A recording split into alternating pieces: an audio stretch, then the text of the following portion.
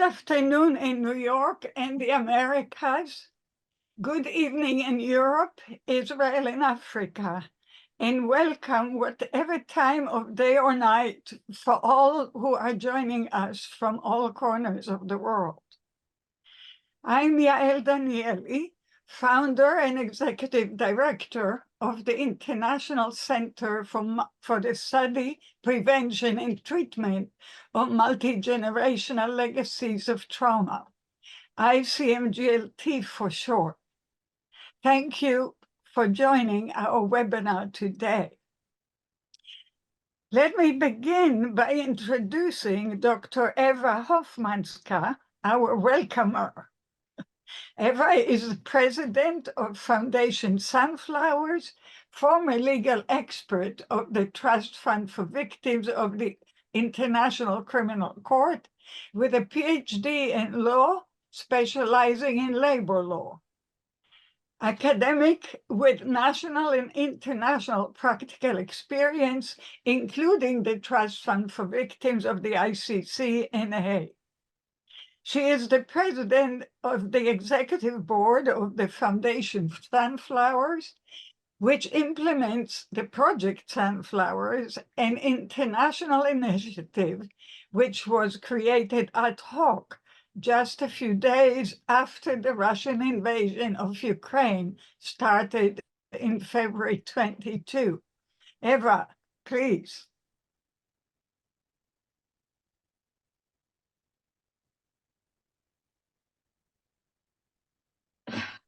Thank you, Eva, for introducing me. As we are in different time zones, so good morning, good afternoon, and good evening to everyone.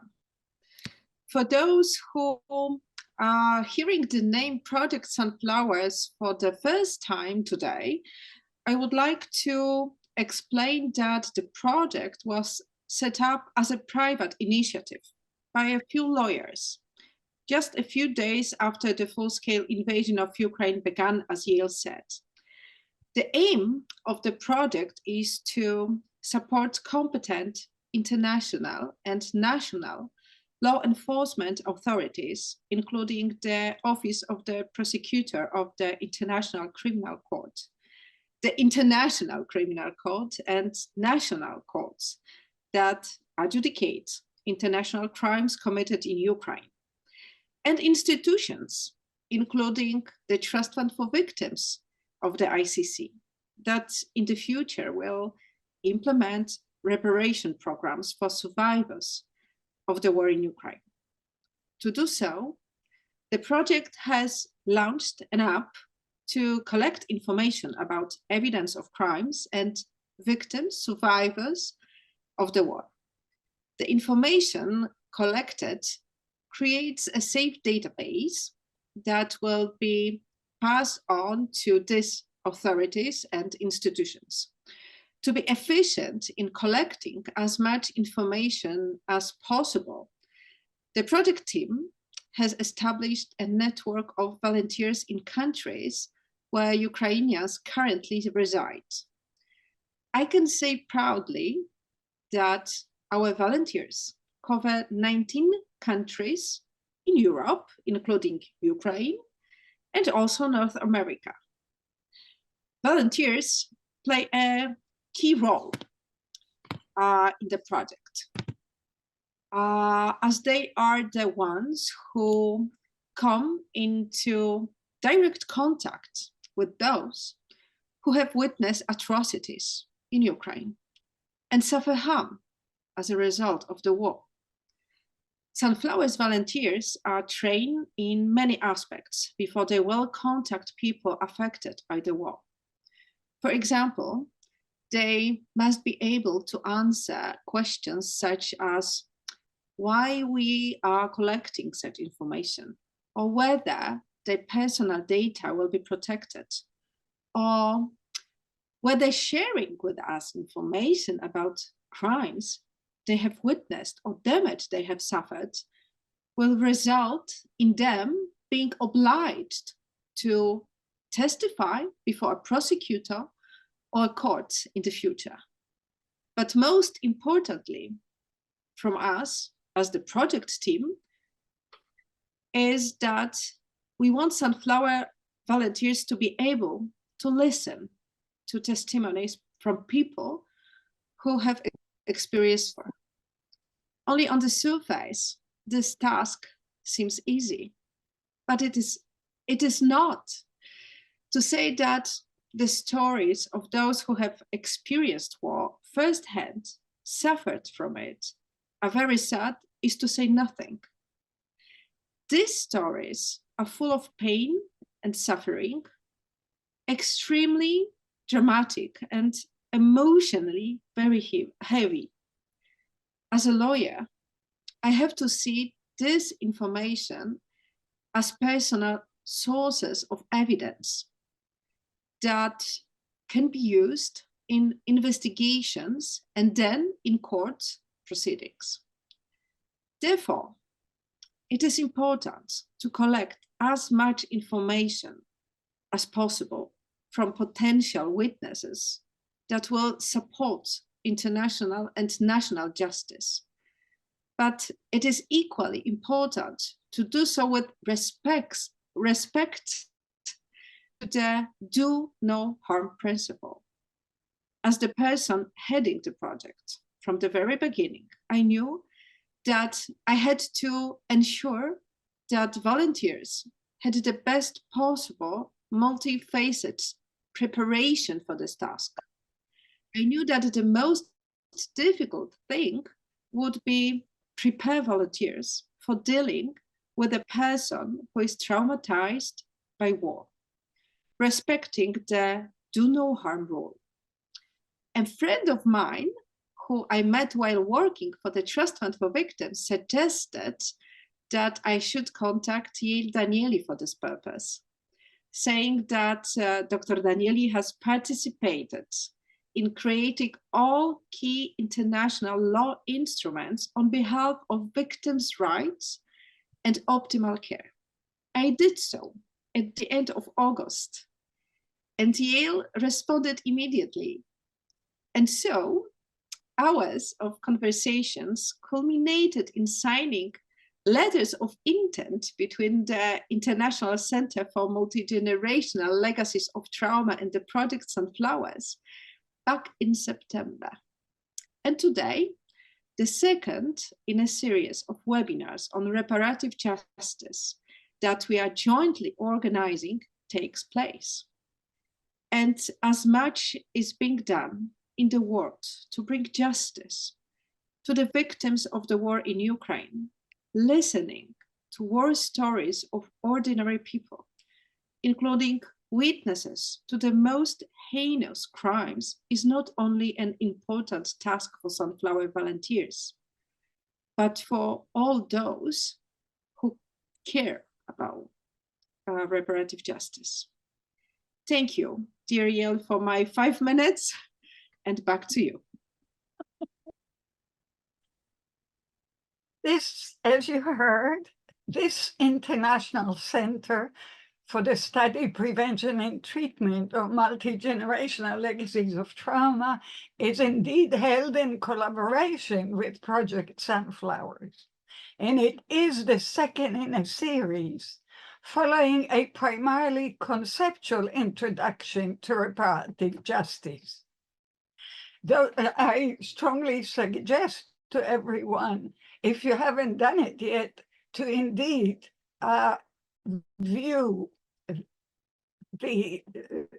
our number one in the series. Because here in the first one, we answer its call for specialized training. So the first one was primarily conceptual. Today, we answer the call of that one for specialized training for professionals and others engaging with victim survivors of war's massive trauma to help heal and protect both victim survivors and themselves from re-traumatization of sharing traumatic experiences. This international, multidimensional, multidisciplinary webinar precedes the teaching training process of potential interviewers about some of the main populations they would collect evidence from or about. These include deported children and their family members, victims of conflictly related sexual violence, torture victims, refugees, prisoners of war, and members of the military. This webinar would not have taken place without the dedicated work of Dr. Irina Frankova, chair of ICMGLT Working Group on Ukraine. And as always, we are grateful to our superb interpreters, Anya Stempkovska and Natalia Zaitz. Your moderator, that is me, am a clinical psychologist, victimologist, and traumatologist, and psychohistorian. I devoted much of my career to studying, treating, and preventing multigenerational impacts of massive trauma, to victims' rights, to rights of future generations, and to reparative justice that views the justice process, not only the outcome, but the moment to moment and the totality of the relationship of the justice system with the victim, as offering opportunities for and is experienced by the victims as healing and repair. Of course, as you will hear from our superb presenters, history and its politicization too plays a role in the victims' and their descendants' experience of justice for their suffering. My version of psychohistory is related as it dedicated to articulating history as it is lived, rather than as mostly a series of dates and events.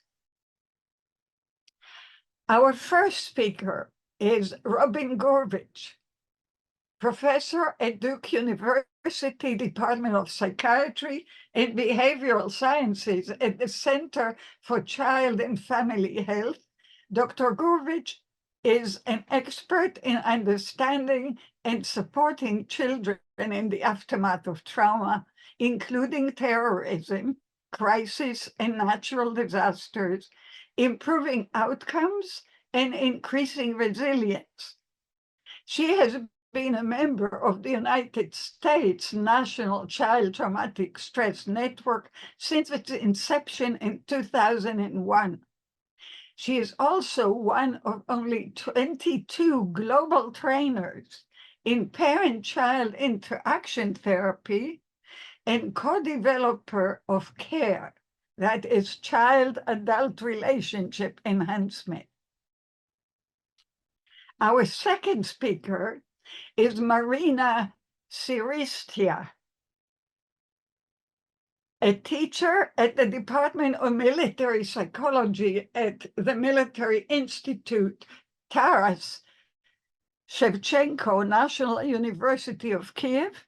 Marina is a psychotherapist at the Aurora Platform for Survivors of the War-Related Sexual Violence that was initiated by the Ukrainian government and supported by United Nations Population Fund. She specializes in psychological support for people who have suffered from violence, torture, captivity, and difficult family situations. Dr. Irina Frankova is our third speaker, a postdoctoral researcher at the Department of Clinical Neuro and Developmental Psychology, Vrije Universiteit Amsterdam, and senior researcher at the ARC Centrum 45, the Netherlands. Dr. Frankova is a chair of Traumatic Stress Network, European College of neuropsychopharmacology and an assistant professor at the Department of Medical Psychology, Psychosomatic Medicine, and Psychotherapy at Bogomolets National Medical University, Kiev, Ukraine. She is the chair, as I mentioned, of the ICMGLT Ukraine Working Group. Our fourth speaker is David M. Benedict. Dr. Benedict is professor of psychiatry and neuroscience and associate director, Center for the Study of Traumatic Stress of the Uniformed Services University. He is past president of the Society of Uniformed Service Psychiatrists, past representative to the APA Assembly, that's the American Psychiatric Association Assembly, and a distinguished life fellow of the American Psychiatric Association. He retired from the United States Army in 2021 after nearly 34 years of active duty service, including deployments to Bosnia, Croatia, Cuba, Iraq, and Kuwait. Last but not least, we are honored to be joined by Dr. Veronika Plotnikova, head of the Coordination Center for the Support of Victims and Witnesses of the Ukraine Prosecutor General's Office. Dr. Plotnikova had been working in the prosecutor's institution system for over 15 years, leading the specialized units for implementing human rights standards into the prosecutor's office. She co-authored the practical commentary on of the Code of Professional Ethics of Prosecutors, is a trainer in the Training Center of Prosecutors of Ukraine, and national expert of projects of Council of Europe. We have 2 hours for this amazingly rich, high-level webinar. Each speaker will talk for about 10 minutes. Following an interchange among us, I will open the floor to question or brief comments from the virtual audience. Panelists will then conclude with last words. Please use the chat function and we'll do our best to respond to as many as we can. Feel free to direct your questions to a particular panelist or to the full panel. Please, for interpretation, please click on the 3 dots on the bottom right of your screen, scroll to interpretation, then choose English or Ukrainian at your preference. I now have the pleasure to offer the screen to a dear colleague, Professor Grovich. Robin, the screen floor is yours. Thank you so much. I am honored to be here with you. I will try and see, you should be able to see slides, yes? Yes, very good. That's always good. That's always good when technology is helping. So Yes. I am honored to be with so many of you to talk about listening as we think about interviewing traumatized witnesses and really focusing on children. There is, let's see, there is something about children that scares adults, particularly in the aftermath of horrific events such as disasters, war, terrorism, because we know that children are seeing it through their eyes, and we as adults wish we could wrap our arms around them and keep bad things from happening. So when children are struggling, we struggle. And so adults have this extra layer of worry and concern as we think about how to best help them. and frankly, it scares them. So as we get started, as we think about how to move forward, I think we have to start as we start our work, making sure that we are trauma informed, that we have an appreciation that what we do can impact that survivor, especially that child. So as professionals, we need to take into account what are we bringing in our own history, personal traumas, our own witness to trauma, our own historical trauma. As Dr. Daniele, her whole organization is on this transmission of the legacy of trauma. As we are talking to survivors, what do we bring in? What is our legacy that we are coming in with? And particularly if our traumas involved something that was similar. And then to think about our own appreciation of world events, cultural, ethnicity, religion, our own history of discrimination. How does that impact what we are getting ready to do? I think we have to consider our values and beliefs related to trauma and our understanding about how trauma impacts survivors. There are special issues when we're thinking about children, and when we think about this horrific war in Ukraine with Russia, how many children that you may be interacting with were abducted and now are returning to their families. What are they bringing in with them? So how do we manage our own emotions as we get ready to have this conversation? Because when we talk to children, they take much of their cues around their responses and what to share or not to share by the adults sitting across from them or beside them. To do that, I think we need to be mindful of our own self-care. How are we doing before we start this work? How are we doing in the midst of the work? And then how do we continue to think about it? Are we being accountable? And I put a quick link. As Dr. Daniele mentioned, I do a lot of work with the U.S. National Child Traumatic Stress Network.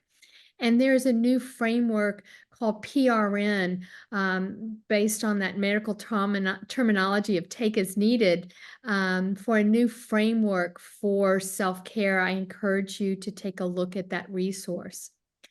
When we listen to children, I think we need to take in account that one of the most important things as we start any type of relationship, whether it's a therapeutic relationship, whether it is witness preparation, forensic interviewing, getting ready for court testimony, that the child needs to feel safe and secure. And so we need to make sure that as we are talking with them, we are creating a situation that they do feel safe and secure.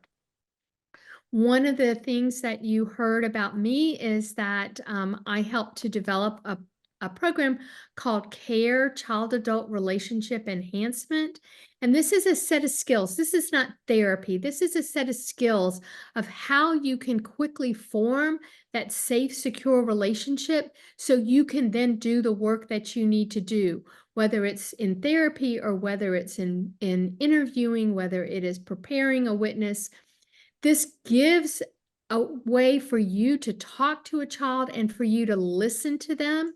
It's very quick. We've actually, I've been very honored to be working with folks in Moldova as they are helping refugees coming across their borders on how can you learn to listen. Something as simple as recognizing what they are doing well, how hard it is, and communicating that to the child or the adolescent. We've done a lot of this training, for example, with forensic interviewers in the United States, so they can better prepare children for their testimony. We need to think about what we know about that child. What are those traumatic stress reactions? And those are going to look different whether you're talking about very young children, preschool children, to school-age children, to adolescents and older young older teens. So being able to understand what we may see is critical. And when we're talking about, for example, Ukraine, the intersection between trauma and grief is so important to understand.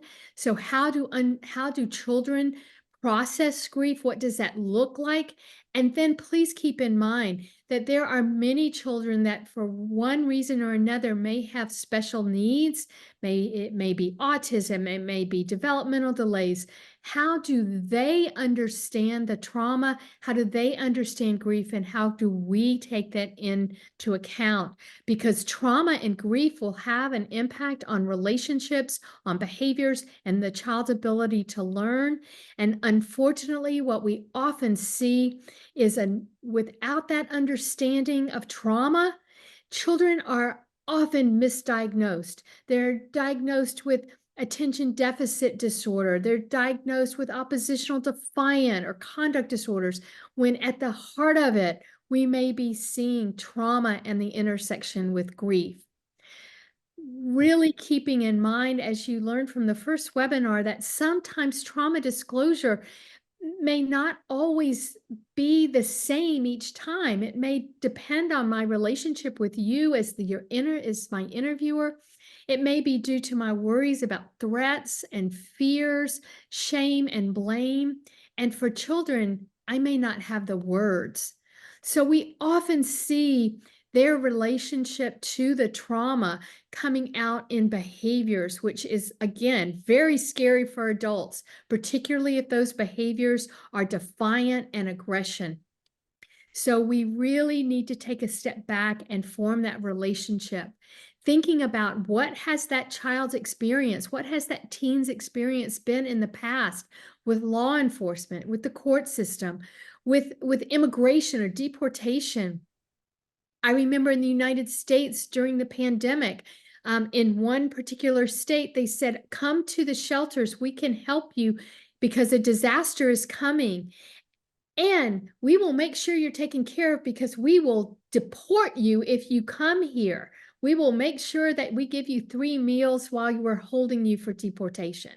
So families were having to struggle. Do we show up to a shelter to protect us from a disaster in the middle of a pandemic when we're being told by the very people that say we'll help you that we're going to take you, separate you from your family, and deport you? I can't even fathom what that must have been like for families. So think ahead, think about the ethical considerations before we ever start this journey. What is our scope of practice? Are we qualified to do this work without making it more harmful and creating a larger legacy of trauma? Thinking about disclosure, helping the child know what to expect. But our job doesn't stop with the child.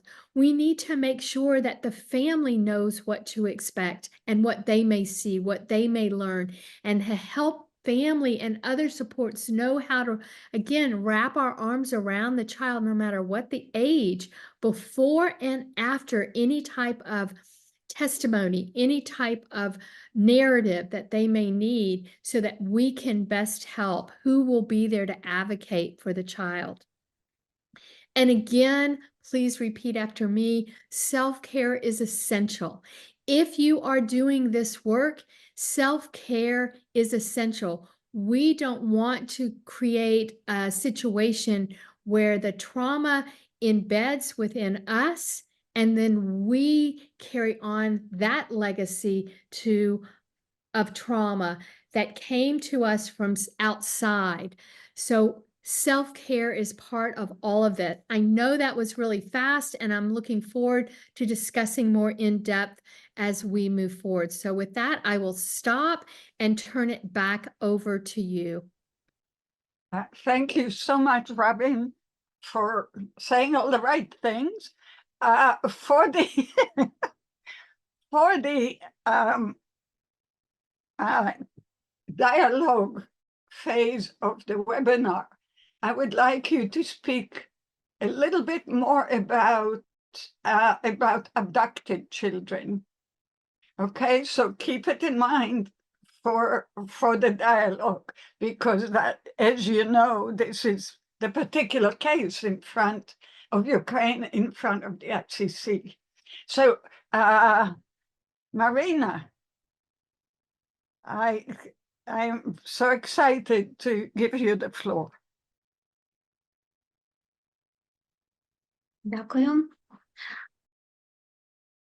Thank you and good evening, everyone.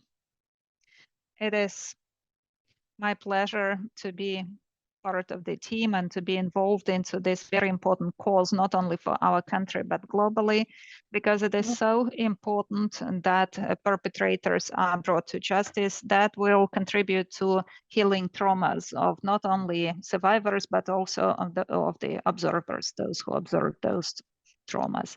Then, Irina, can you help me with the presentation?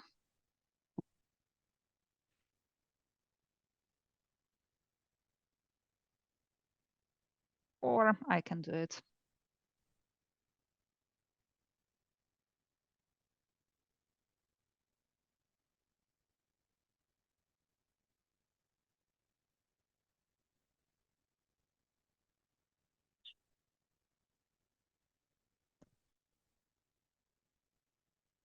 Is it a technical problem, Marina?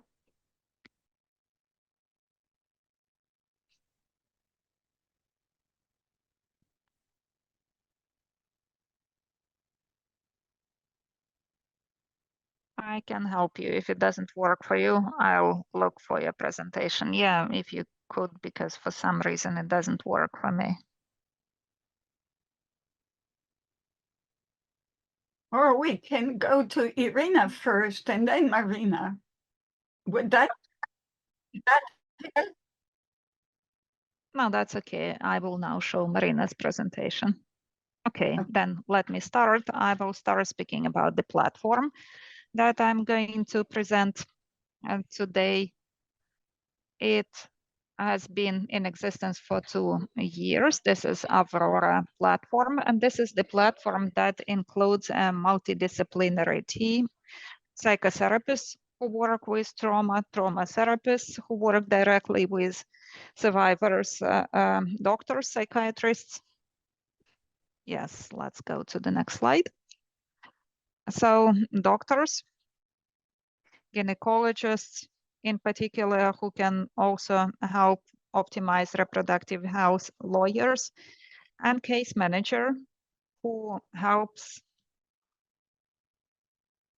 responding to some additional needs. Our platform, it is free of charge, confidential, anonymous. We comply with high professional standards, ethical standards. Our specialists have supervision support, so we can rely not only on work with the team, but also on outsourced support. Aurora online platform was established by UNFPA with the assistance of the Office of the Deputy Prime Minister for European and Euro-Atlantic Integration of Ukraine and with the support of the government of the United Kingdom. Let's go to the next one. And let's try and discuss some definitions. In Ukraine, the issue of determining the status of the military and civilian prisoners still remains open.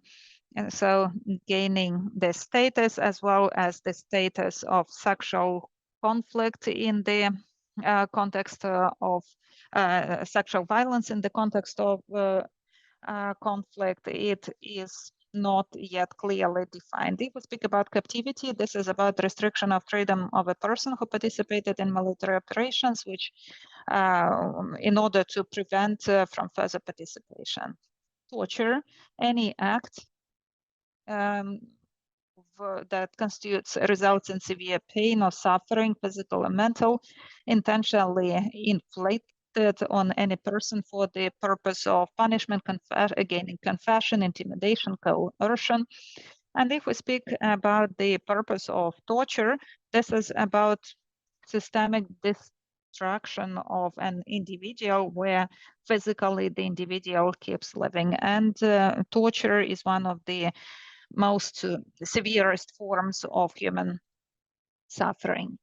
Now, if we try to understand something about the experience of survivors, to understand what kind of material content we work with, we need to keep in mind that repeated traumas as a result of captivity and torture turn an individual into a victim and profoundly change their identity at the physiological, physical, social, and spiritual levels. People lose faith, prolonged stress, where people are deprived of the ability to satisfy basic needs for sleep, food, warmth, elementary comfort.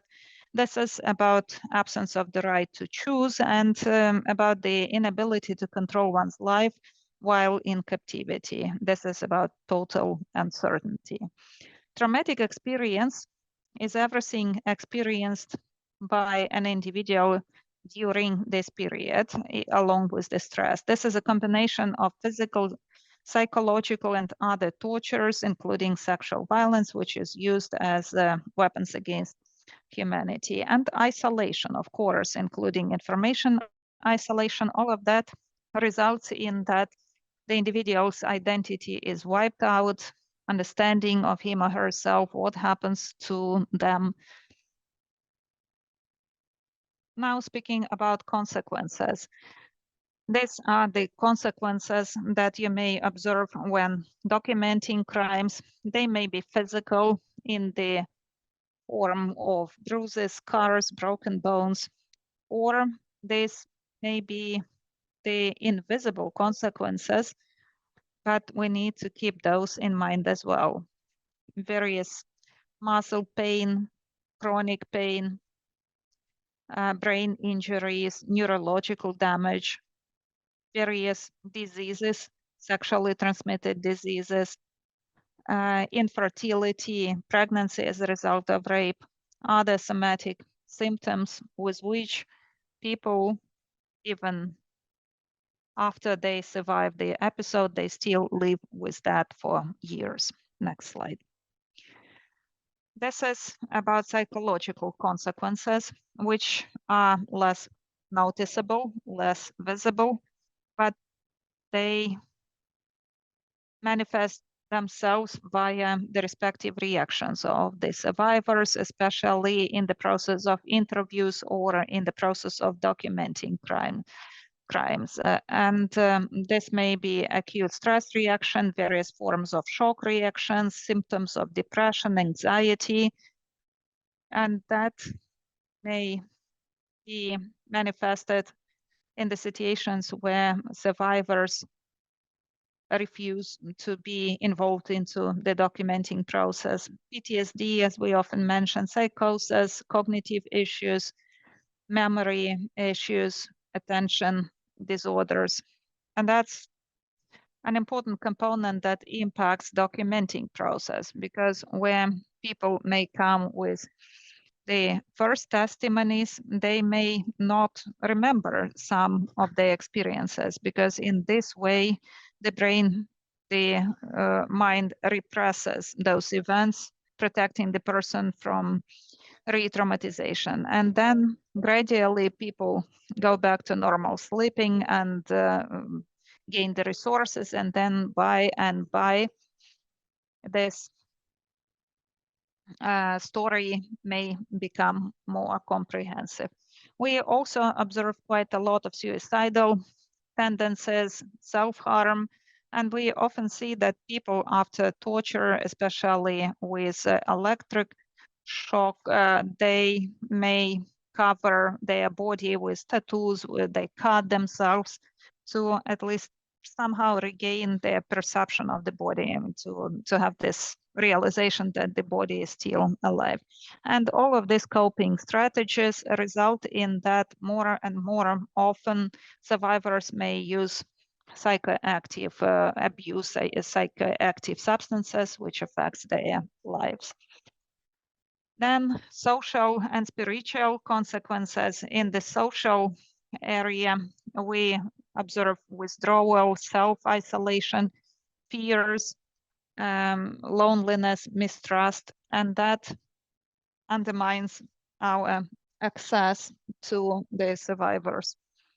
Also, we see increasing rates of domestic violence, difficulties raising children because mom or dad who had the experience of captivity or torture, they have low capacity for meeting the kids' wishes or control their aggression, which may result in domestic violence. And we often see situations of breakup between spouses where they just cannot cope with all of those challenges.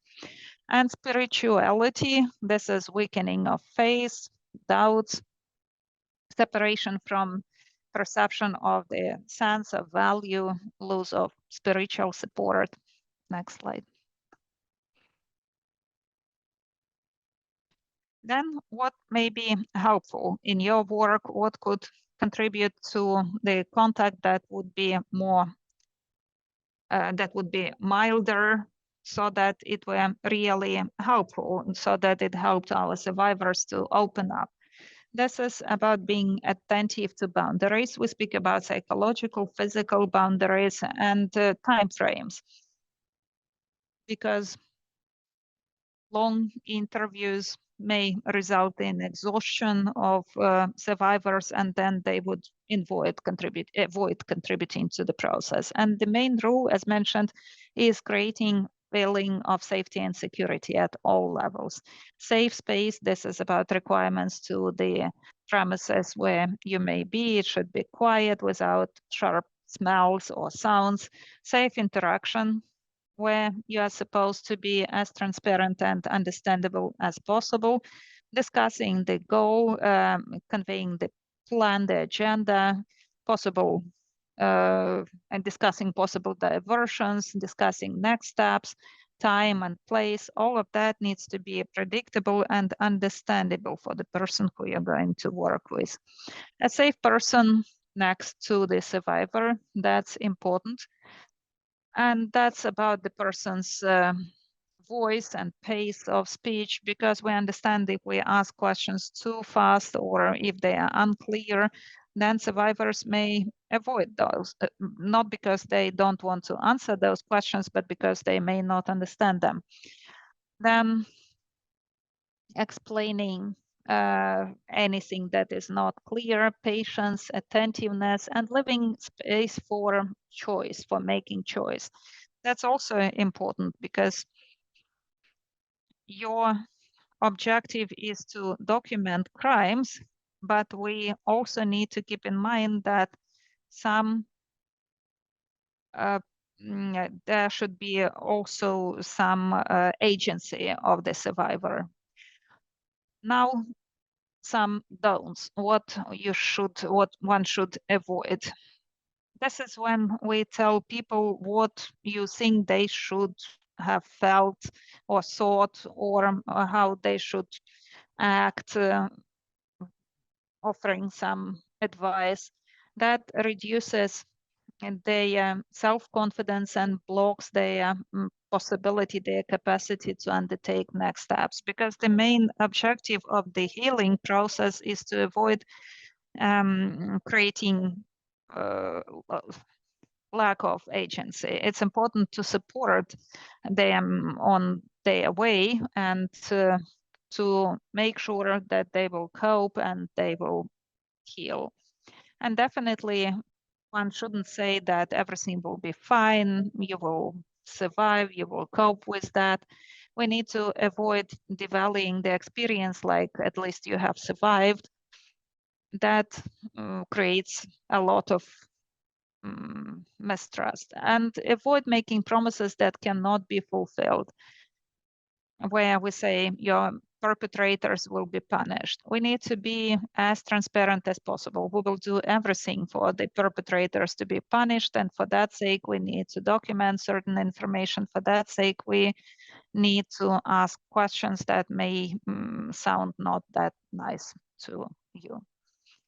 Then we need to avoid criticizing available services because we understand that avoidance is part of the trauma. When we say that a service is not good enough or experts are not good enough, we understand that we reinforce avoidance, and we need to avoid touching their body, hugging for reassurance, where it may feel like support to us, but to those people, it may be about violating their boundaries.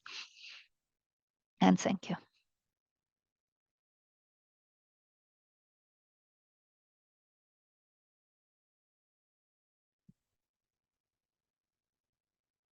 Yael, you are muted. Yeah. I would say the word comprehensive will mark all of these presentations. This is extraordinary, and we will also see, and unsurprising, but we will also see, of course, connections among the presentations. For example, when you describe a soldier or or person who'd been in captivity coming home to the demands of home, or without transition. Mm-hmm. It's we have to be careful, really careful, and perhaps one result of this webinar will be to create a recommendation to ensure transition from one stage to another, because coming home for the demands of family and kids is very different than being under the gun and being almost a reflexive organism. You need to, okay, I'm not going to say more because the dialogue will be later. Irina, my dear Irina, please take the floor. Thank you so much, Yael, for Wait, before, let me interrupt you and me. Natalia and Anna, will there be a way to post the Ukrainian PowerPoints in English on our website? Marina, can this be arranged that we will, because on our website, it's both in Ukrainian and in English, but your PowerPoints are so important as an educational tool to, unfortunately, to so many other situations. So can we agree that somehow we will, within the week, we will arrange for the PowerPoints in English too? Is that all right, Marina? And or Anna?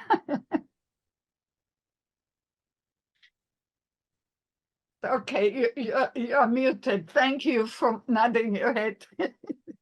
Irina, dear, your floor is yours indeed. Thank you. Yeah, thank you so much. And I'm going to, as you mentioned already, Yael, it's difficult to stick with one population. So in my presentation that meant to be dedicated to describe some peculiarities about listening to forcibly displaced witnesses, I would probably as well draw some examples from other populations. So I want to start from citing a very wise man, Professor Arik Shalev, who described all the common that war stresses has. And I do that because when we deal with witnesses, those people witnessed war crimes, and the toll and the burden of a number of potentially traumatic events is very high in this population. So those people faced inescapable life changes, many types of losses, both symbolic and real life losses, like losing safety, losing belongings, losing network or status, losing security, losing home, homeland, losing relatives, loved ones. And this is a very important topic.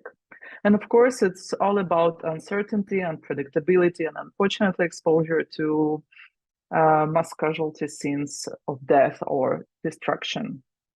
But we should remember that not everybody who was exposed to those events is automatically receive the diagnosis of post-traumatic stress disorder. We should not pathologize, because people luckily naturally heal and recover as well. And I want to show you this drawing. Actually, Robin, I think it's from your webinar with, or maybe from other webinar about children and mental health during war, brought by my colleague from Kiev, Marina Gumenyuk. And this is a child's drawing, and you can see the house, and under the house, a multi-level basement to find a safe place. So it's it shows the despair and unsafety of a child seeking, for some piece of safety, at least in his or her fantasies.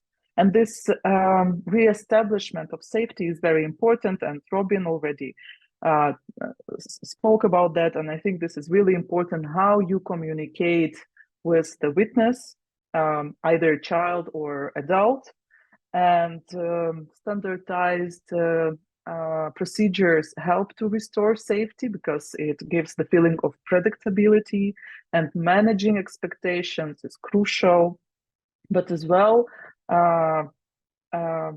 bringing back control and empowering is important. I wanted to show this picture as well because I must say that majority of forcibly displaced people from Ukraine are parents, and they bring their children to safer places. And of course, those become witnesses and might provide statement during the interview or collection of the evidence. So people dealing with those forcibly displaced witnesses who are parents at the same time should take care about the staff who may support children during the interview, if it's in person, or if it's online, they should provide in advance recommendation to find a safe place and still place, and of course still be prepared for interruption, because children will probably open the door, ask questions, and might interrupt the process. And I want to refer again to the website that Robin already mentioned, the National Child Traumatic Stress Network resources that were translated as well in Ukrainian, that became of real help for me when I was supporting parents of traumatized children, because it gives very clear and short information about how children of different ages might process trauma. And this is an excellent psychoeducational tool when you have a really small time next to a parent to support him during the interview, for example. I must say that forcibly displaced witnesses are more vulnerable than witnesses who stay in their own country or their own community. Because next to exposure to war atrocities, they experience displacement stressors like loss of status or poverty, unemployment, loss of possessions, discrimination, separation from their extended family members, uncertainty about the accommodation or work, and as well loss of social support. Definitely this will affect individual, and this of course will affect family and children. Therefore, it is really important to think about and prepare in advance the referral pathways, and recommend on potential local support structures in a host community. And therefore, when we think about a witness and how he or she might be supported. For example, Marina just described that there is an Aurora platform in Ukraine that provides psychological support. But for forcibly displaced people, we should as well think about social support. We cannot neglect this. We should provide information if needed about medical services or social services, and especially that might provide support in the same language as the witness, because this is the major barrier for many of them to receive any support. And there are some cultural characteristics of help-seeking behavior of Ukrainians specifically. The problem is that witnesses from Ukraine, they do not prioritize mental health issues. And of course, compared to needs of children, witnesses will prioritize children's needs and not theirs. And I would say one of the problems is that we self-medicate. So instead of going and talking to somebody, we would look for medication that might help us. And this should be taken into account. The medical condition of a witness should be taken into account during the interview. And what kind of treatment they have or what kind of pills they have. We know in some cases they might abuse when they are anxious or worry or have to remember traumatic events, they might abuse with their medication. And yeah, this is an important issue. And Marina as well already mentioned about the continuous traumatic stress, and we are talking about the investigation during the ongoing conflict and recent New Year attacks on Ukraine exposed again people to feeling of helplessness and exhaustion and fear, and especially reactions like betrayal or rage might occur.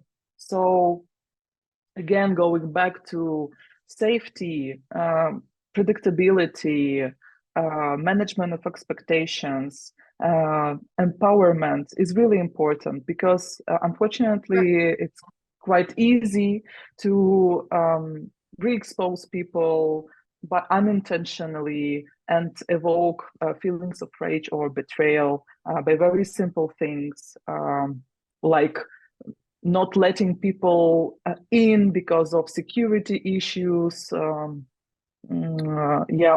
not giving them a choice, or some other mistakes that Marina described during the communication inside. And as I mentioned, I think the most difficult feelings to bear during the interview by interviewers is when our witnesses talk about loss and feel grief. And I think that it's quite important to be aware about the basic helping skills presented in Problem Management Plus. This is the WHO manual for people without mental health education. We call them helpers or peer helpers on how to provide support. And as already mentioned, nonverbal communication and skills is very important. Praising openness is very important, as well as validating. So we can't just be silent if somebody shares something awful, especially about the loss of the close ones.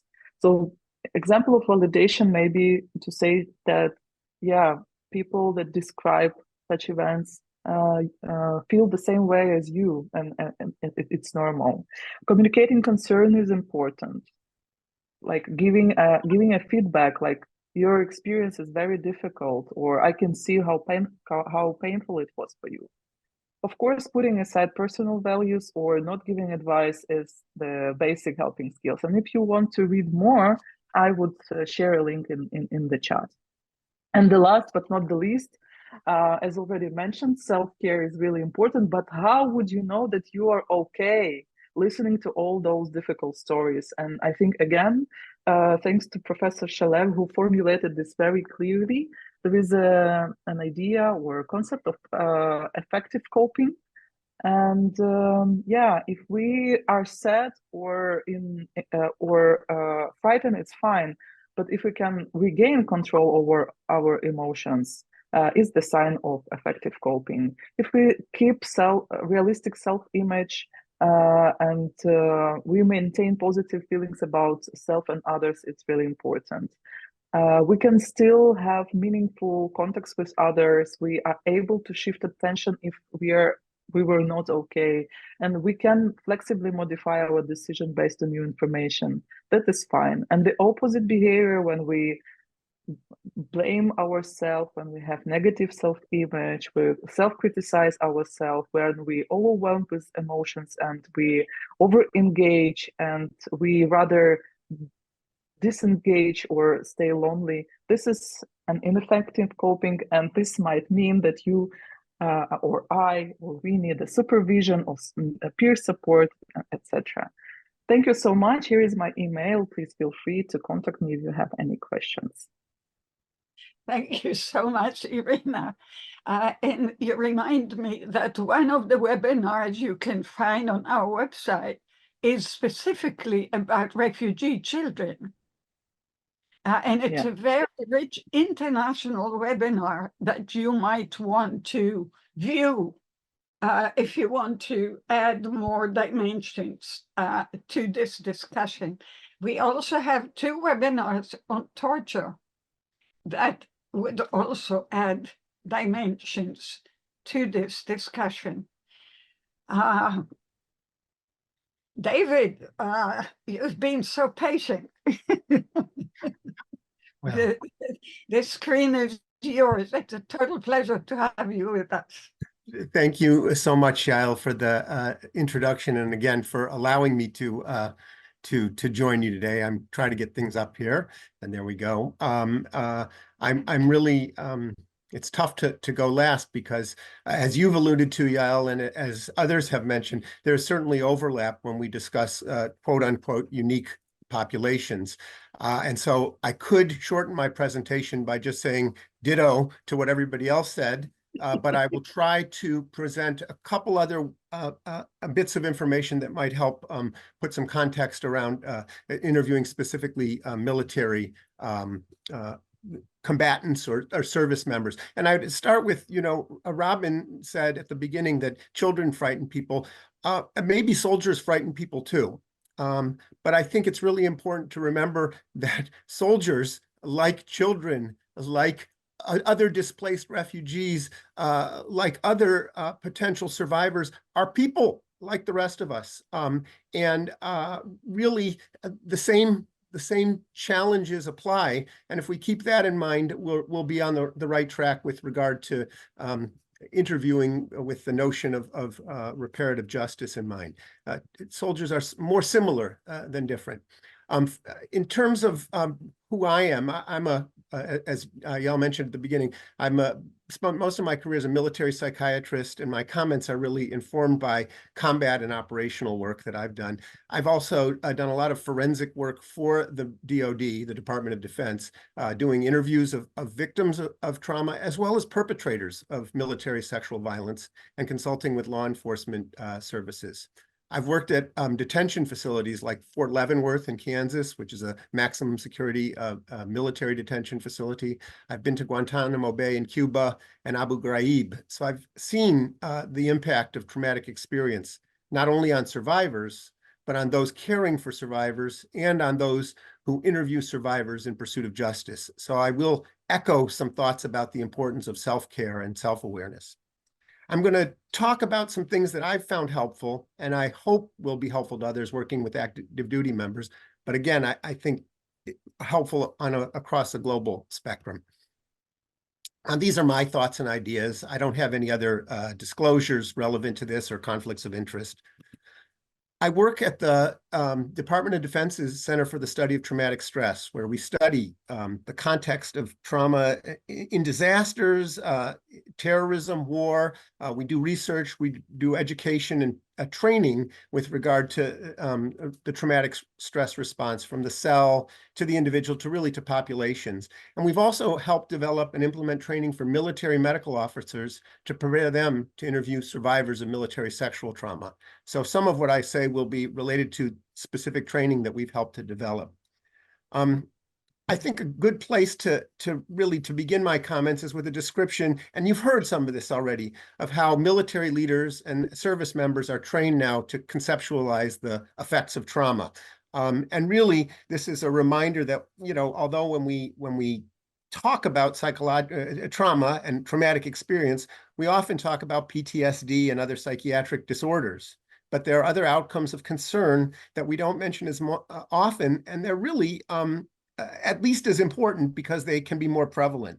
Those would include distress reactions like insomnia or fear or worry, risky health behaviors like substance misuse, and others have commented on, in particularly the Ukrainian population, the potential for substance as a way to cope with trauma. And I think it's important as interviewers that we realize that whether or not somebody has a substance use disorder, alcohol use, for example, is associated with increased rates of work errors, accidents, difficulty concentrating, and accurately reporting events. So it doesn't matter if they have a disorder. We just have to be aware of the behaviors that are associated with traumatic experience. You know, it's good to remember that many who experience trauma will ultimately be okay. Those exposed, though, to man-made trauma like torture, like rape, like other sexual assaults, they're at higher risk than those exposed to natural disasters.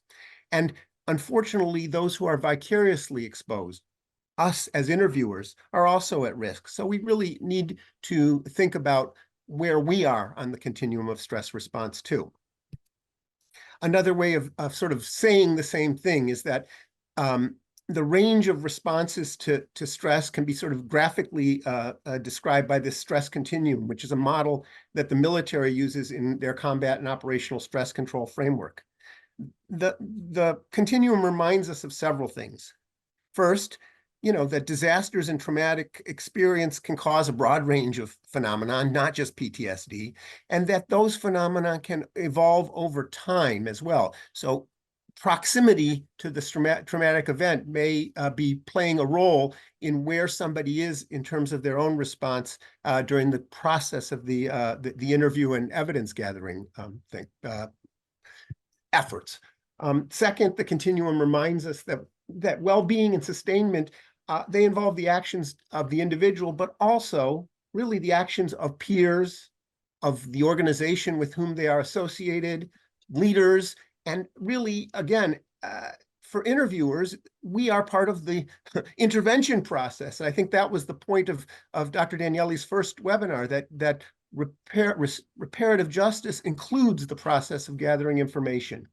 And then lastly, on the sort of note of self-care, I think this continuum can serve as a barometer, a check as to where we are as interviewers. Where are we? Are we ready to go and ready to take on the next one? Are we in these sort of other levels of experience with regard to our own participation that might encourage us to practice different levels of self-care or, in fact, seek care? So I think the continuum is a helpful tool.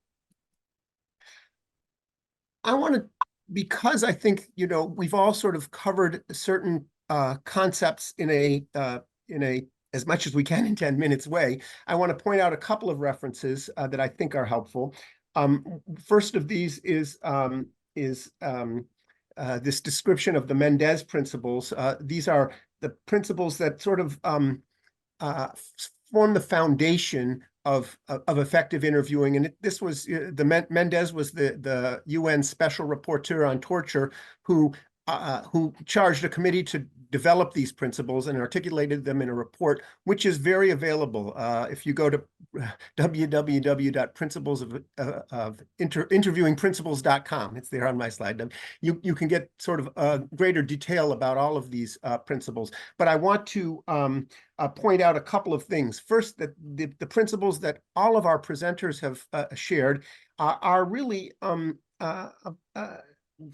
based on a sort of a solid foundation, not only of research, but ethical and legal principles. That really what we're doing here is about complying with international law and with doing what is right as professionals. And there's science to inform that the sort of safety taking measures, the emotional space, the non-coercive, the open-ended question, all of this leads to more effective evidence gathering. And I think that that's really important.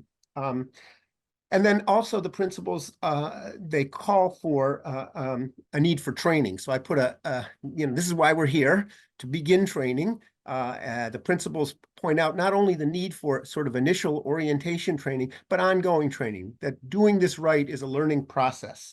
And we must evolve as interviewers too.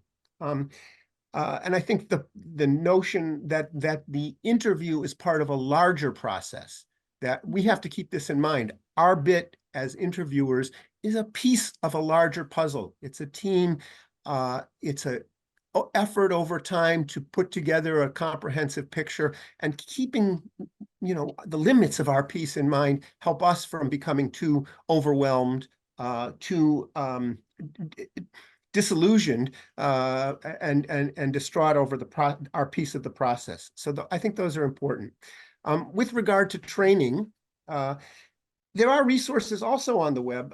The U.S. Department of Homeland Security has a directorate for refugee, asylum, and immigration operations, and officers in that receive training. And there's a manual, and it's on the web, and it's lengthy. So there are some details, but I want to point out that there are chapters in that talk specifically about the range of emotional response that interviewees might experience. And also, there's a chapter really about that sort of puts into writing the steps that our presenters have given you today about things that we can do to mitigate the stress response during the interview, and therefore hopefully mitigate the amount of reporting error that we experience. And so I think, taking a look at references is important, and so that's why I put them up here. But a training manual isn't the story. Right, a training manual does not. It helps concretize things, solidify things, but there's much more to training than reading a manual. When our school trains medical students and student nurses to interview survivors of military sexual assault, the training involves first, of course, a review of other references to include instructional videos. But most importantly, it involves an interactive exercise with trained actors who are specifically guided on conveying the emotional and cognitive responses to traumatic experience, that allows our students to sort of experience themselves the challenges of an interview in a safe environment. And I think that, and it ends, of course, with a group debriefing where the students share with each other, what was hard for me, what worked, what didn't work. So pieces of this process that, in part of the continuing education model, they can help one another with, and also the universality of the challenges. I put this in here because our exercise, as I said, we end it with this small group discussions. And what in recent years we've added were therapy dogs. The dogs run around and they provide non-judgmental affection. Maybe they're not so good at respecting space, but they've been really universally enjoyed by participants, by the actors that participate in this exercise, and by the students. And I point that out only because, again, my real point was that it's not all in the training manuals. Of course, you can't have dogs in interview situations where animals are part of the survivor's trauma experience.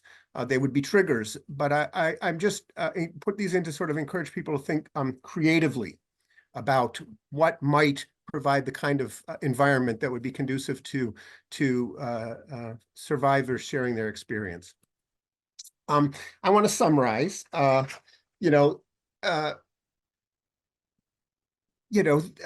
actually, even before I summarize, I want to mention a couple of things that are unique to the military. Perhaps unique to the military. Nothing that anybody has presented is truly unique to any small population. But I think it's important to realize that stigma regarding emotional response to, hey, I'm a soldier, I'm supposed to be tough, I can't be experiencing these things. That's going to impede reporting, and that's going to be a problem.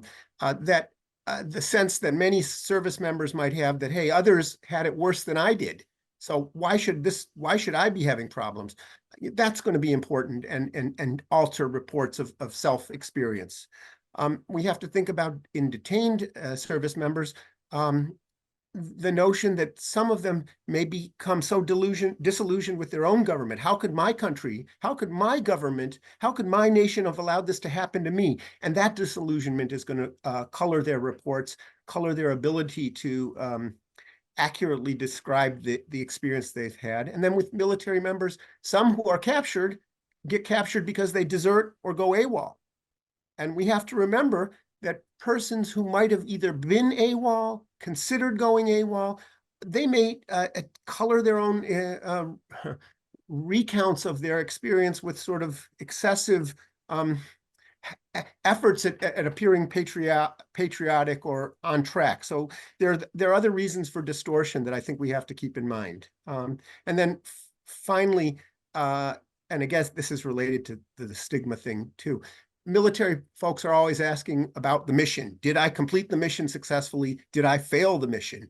And perceptions of self-failure may also impede reporting, color reporting, and again, as our previous presenters have said, the importance of reassurance of non-judgmental questioning can help to alleviate and mitigate the extent to which reporting is altered by sort of a need to present mission completion or mission success. Now, I will try to conclude. To summarize, military and service members and leaders have increasingly become aware of the range of responses that we've all talked about today, that stress continuum model really recognizes the range of responses, and really, more importantly, I think can serve as a barometer for where we are in the process, and help guide our own care seeking. That the principles of the Mendez report and others are a good basis, a good stepping off point, but they're not the whole story. And interviewing is a evolving and requires creativity and sensitivity that can't be spelled out in training manuals. And certainly the particular challenges of stigma and trauma relativism, of mission completeness, and the need to appear to have been successful or feel successful are important to witnesses and military witnesses. And really, that's about all I wanted to say. I wanted to end with just a reminder of the principles of psychological first aid, because and these, for those who aren't familiar, are sort of the interventions that have been over time suggest to portend to the best outcomes in the aftermath of trauma. And so, they weren't written for interviewing witnesses or victims of trauma or torture, survivors, I should say, of trauma or torture. But I think keeping them in mind is really important. If you can convey a sense of hope, but not unrealistic hope, of safety, of presenting in a calm way, of and efficacy is another way of empowering. And then most important is connection. The most important factor in contributing to long-term health outcome after trauma is the ability to access and utilize social supports. And so establishing that connection is really critical. So just keep those things in mind as you engage in this process. And I think we'll all get better at it together. Thanks, Yael, and thanks for your patience with me. This is wonderful. Eva, the training should adapt this last, reparative justice should exactly adapt this last slide now. Well, I hope you're as humbled as I am by the quality of these presentations. There's so much to talk about, but we first are most honored to have with as I mentioned before, Veronica Klutnitkova, please, the floor is yours to teach us more. Thank you, Yael. I'm glad to be here with you on your screens and in your earphones.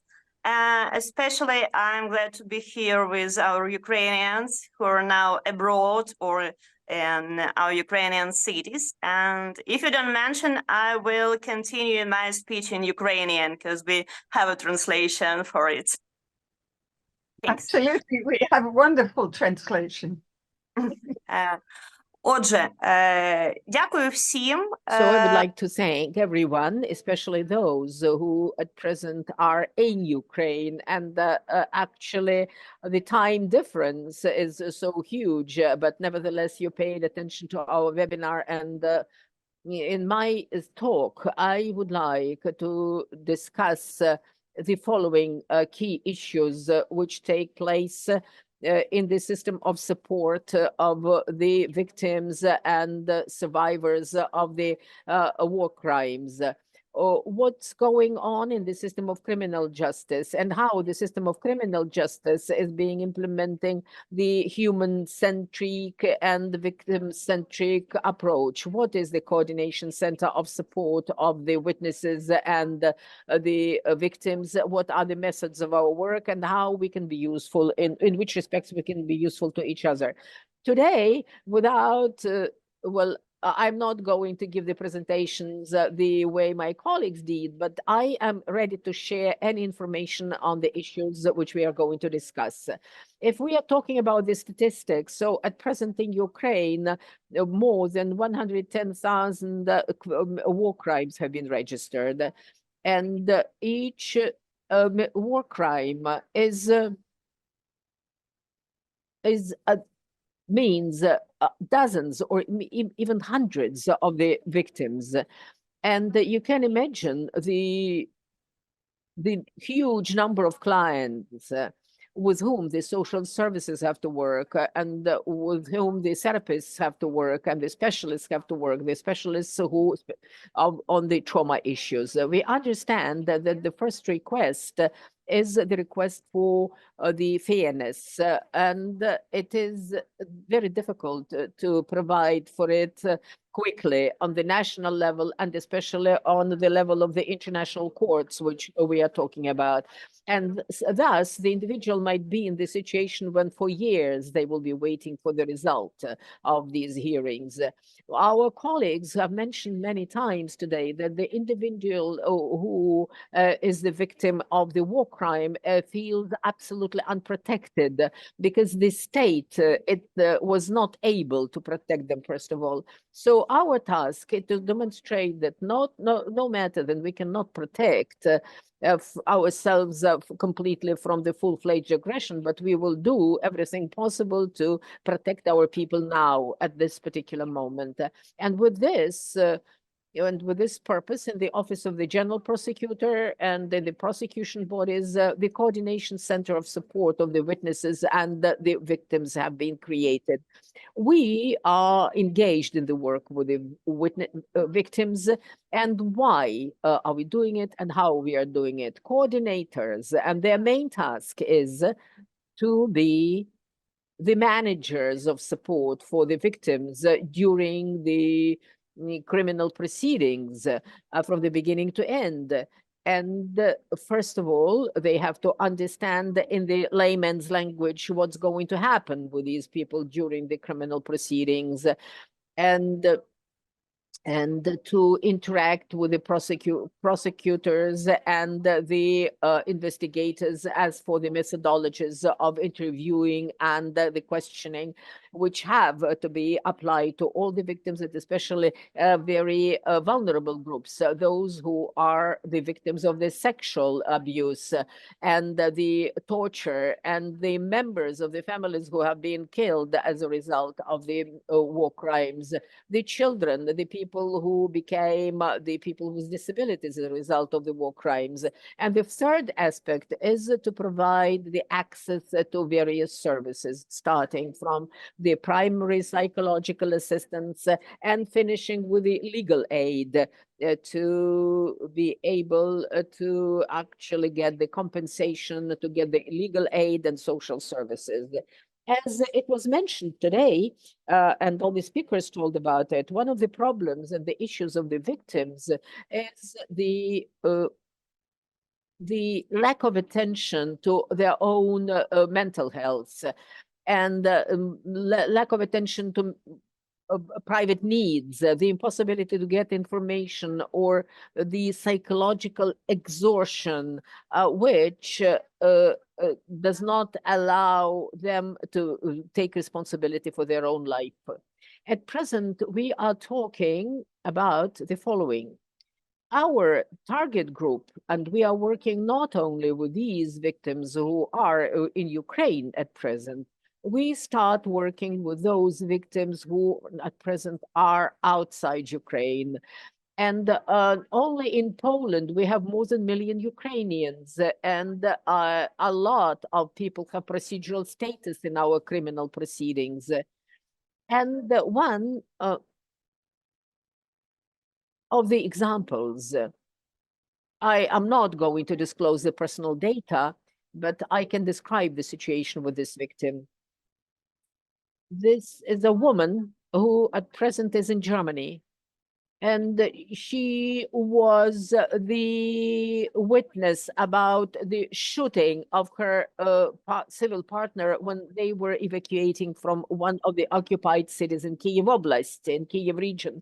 She is one of the key witnesses in these proceedings, and we are working with her so that we can provide her with the psychological support, and this is being done online at present, to provide her with the opportunity to come back to Ukraine to participate in the investigation.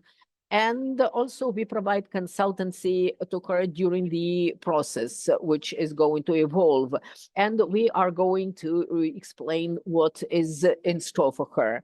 The center is working at present with the victims of the war crimes only, but in the future, for perspective, understanding that we are going to experience the decrease of criminality in various other areas, like home violence, for example, and maybe even the possibility of tortures of the national bodies, which we are going to increase our mandate, expand our mandate. In the chat, there was a question about the work with the victims of tortures outside the war area.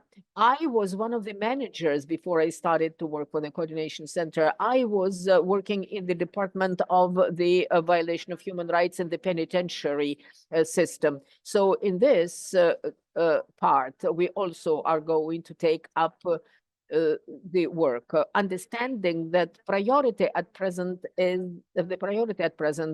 is given to the victims of the war crimes. But if we are talking about the general mandate of the center, and apart from providing access to the services, explaining in the layman's language what's going to happen during the proceedings, we also provide the psychological and physical stewardship, especially for the vulnerable groups of the victims during the investigations and during the questionings and the interrogations and hearing the cases in the courts. Now we are working on interaction with the International Criminal Court for those victims who in those parts of the proceedings which are going to be heard in the ICC. We also are working on creating the information network for our potential clients and for the victims who are outside of Ukraine at present, so they do not feel themselves abandoned by Ukraine, so that they would feel that they will be able to get assistance in other countries and they still have their roots in their own national state. The main message and the main mottos of our center, it was mentioned today, and it resonates with us. And this is one of the most important things for us. Well, don't give the promises you cannot deliver on. and what could be not accessible to the victim. Do everything possible and which really meets real needs of the victim, and help the victim to get the fairness and equity which is important for him or her at present. And we know, due to the communication with our clients and the colleagues, that for sometimes, for some people, it's most important to see the sentence and to see that the aggressor and perpetrator has been punished, even if this aggressor is not in the courtroom. For other people, it is important to get the status of the victim and to get the confirmation that all these awful things happened to this individual. And for some categories of the victims, it's an opportunity to get support, material support, and see that he or she has not been abandoned. And definitely, we have the standard operational procedures for various categories of victims, which deal with the psychological assistance issues and identification of needs and needs assessment. But the attitude to the victims, these soft skills which were discussed today, are used in each situation depending on the situation and on the individual.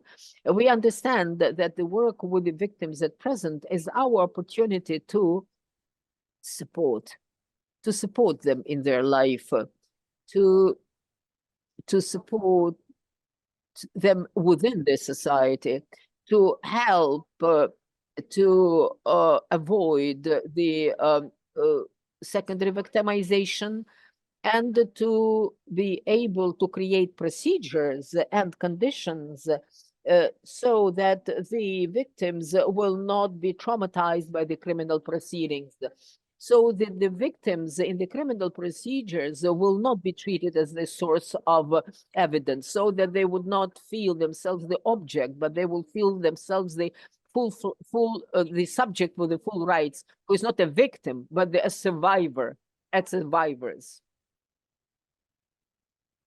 That's why that's an important part of our work. Absolutely. And respectively, for us, this is a story about a long-term story. We have the lawyers in our team and psychologists in our team and social workers. And because there are so many war crimes which have been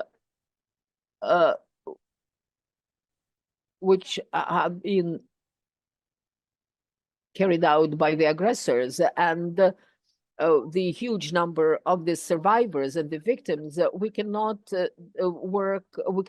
process all this by our center, but we are working with the representatives of the civil society, because they, from the beginning of the full-fledged aggression, and actually starting from the beginning of the war, which started in 2013, they, to a great extent, have organized the work with the survivors and the victims. And we are ready to work with the communities of the survivors, who have to have all the full rights of the processes in which they participate and which deal with them. Because there is one more task for us. We have to demonstrate that nobody can take decisions for the victims, and nobody has the right to actually to decide what to do with the perpetrators. So this is an important part of our work. If we are talking about the approaches which are to be implemented in terms of material aspect, the work of the center is going to start officially from the 18th of January, and all the requirements about the safe places and the special dedicated premises are going to be met. It's going to be a special premises to communicate with the survivors and the coordinators, a special place to work with the psychologists, and a separate space for the children, a special space for the interviews and the interrogations with the prosecutors, in accordance with all the requirements which we were discussed, so that people will feel safe to the extent it is possible in Ukraine at all at present. And thus, this is an opportunity also to engage as many colleagues and the partners from the non-public sector, and also to unite the efforts of the subjects of the public sector, so that any kind of assistance will be available. I will be happy to maintain contacts with all of you after the end of this webinar, because it's a long-term work, and I am so happy that the participants are so highly professional and so much engaged today. And I would like also to add another comment and addition. When we are talking about the work with the survivors, and when we are talking about the work of the criminal justice, it is very important to talk about the resilience of the prosecutors and the investigators who are working with the victims, so that they would not burn out, and so that they would not cause the repeated trauma, and do not get vicary traumas. And that's why in the prosecution office, we launched a project to support the resilience of the prosecutors who are working with the war crimes, those who are working in the regions of Ukraine, who are working in Kherson region and Kharkiv Oblast, which are on the front line at present. So we always are happy to engage professionals in our work. Thank you. And I hope I will be able to answer your questions. Veronica, I didn't realize how timely this webinar is. So, near the birth of the center in January 18.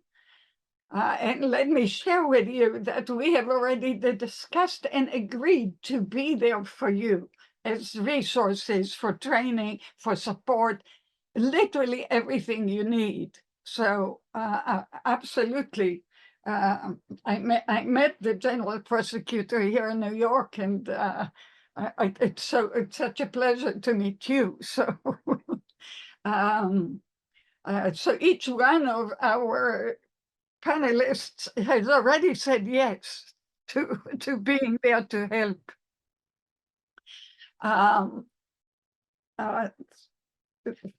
And thank you for your work. It's huge. So we are here.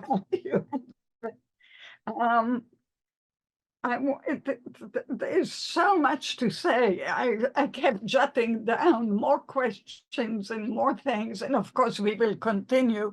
And this is the phase of dialogue among the panelists before the question and answer period with the audience.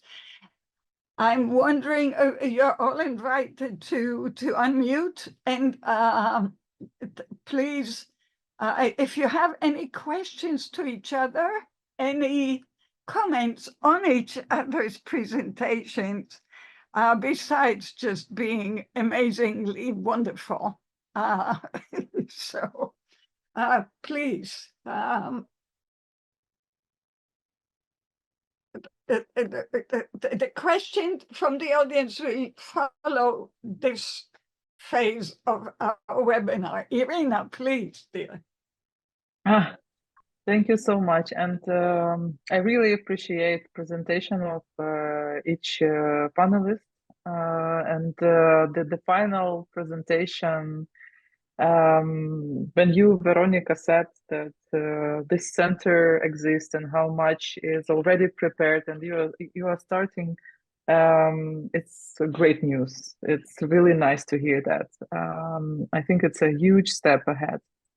I have a question to Eva, because like we already discussed among our panelists, we have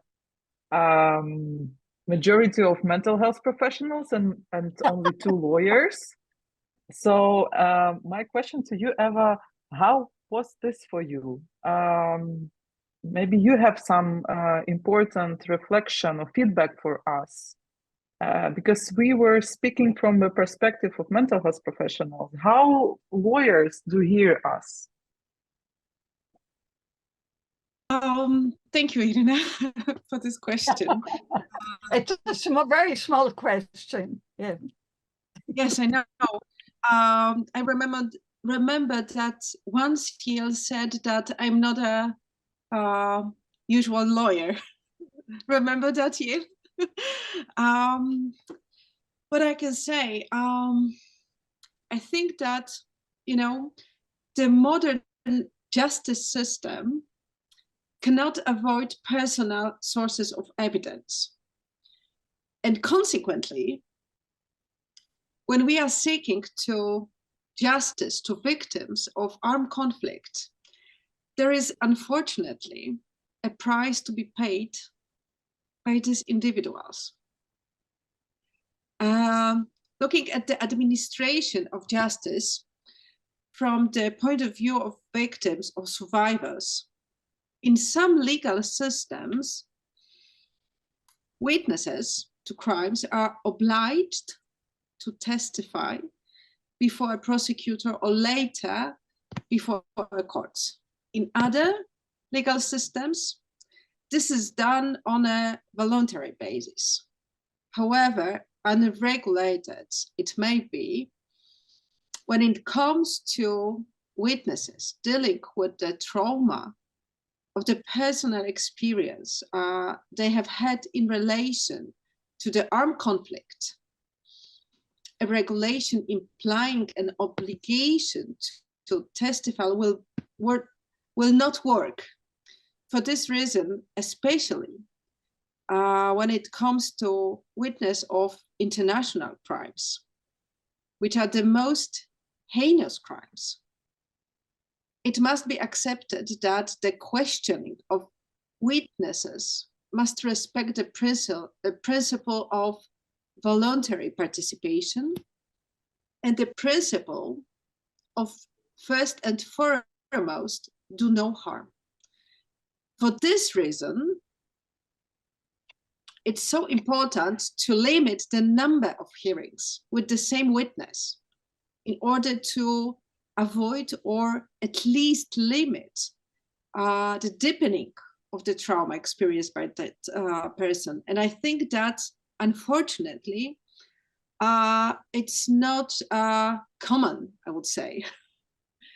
And I'm unfortunately see this, and I'm sorry for that, because I know how that from one hand, legal system needs all these people, all these witnesses, very much traumatized. And on the other hand, everything must be done based on their voluntary testimonies. We cannot force them to testify.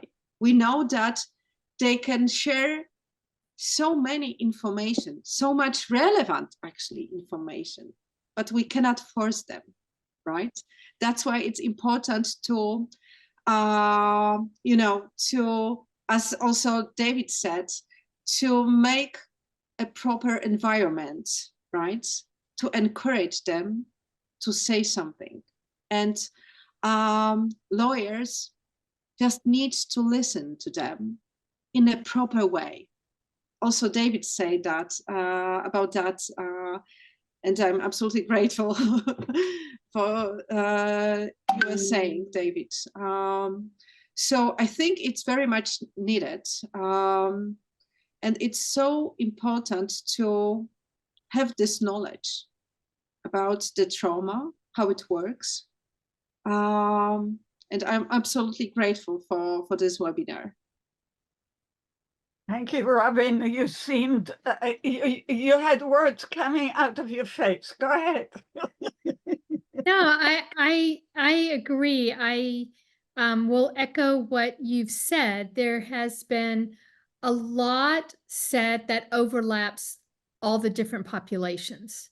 And the 5 principles that David had listed come from work from Stephen Hopful, and really has been cornerstone for so many populations, so many different types of issues. So I think I applaud you to think about taking those 5 principles and embedding them into the ICM GLT, because it really does work well. And I do appreciate that all the speakers did talk about not promising things you can't deliver. And I will say that is very, very hard when you're working with children, because adults want to promise them that everything will be okay. I mean, I know they want to do that with adults. They want to do that with adults as well. I recognize that, but there's something about wanting to protect the youngest that we tend to offer platitudes and make promises, and they've already had their trust ripped away from them. And so if the very people that are supposed to be helping them repair that make promises that can't be kept, you're setting up for adulthood of lack of trust. So I really do appreciate everyone talking about don't overcommit to something that we don't know. But we can, I do think, and I'll be quiet after this, I do agree, I can't remember who said it, that we have to keep in mind that even people that have been exposed to the most unimaginable, most people will do well. And we often think, well, if people are resilient, we don't need to do anything. And the reality is we are resilient because of what we do. And the big number one is that connectedness.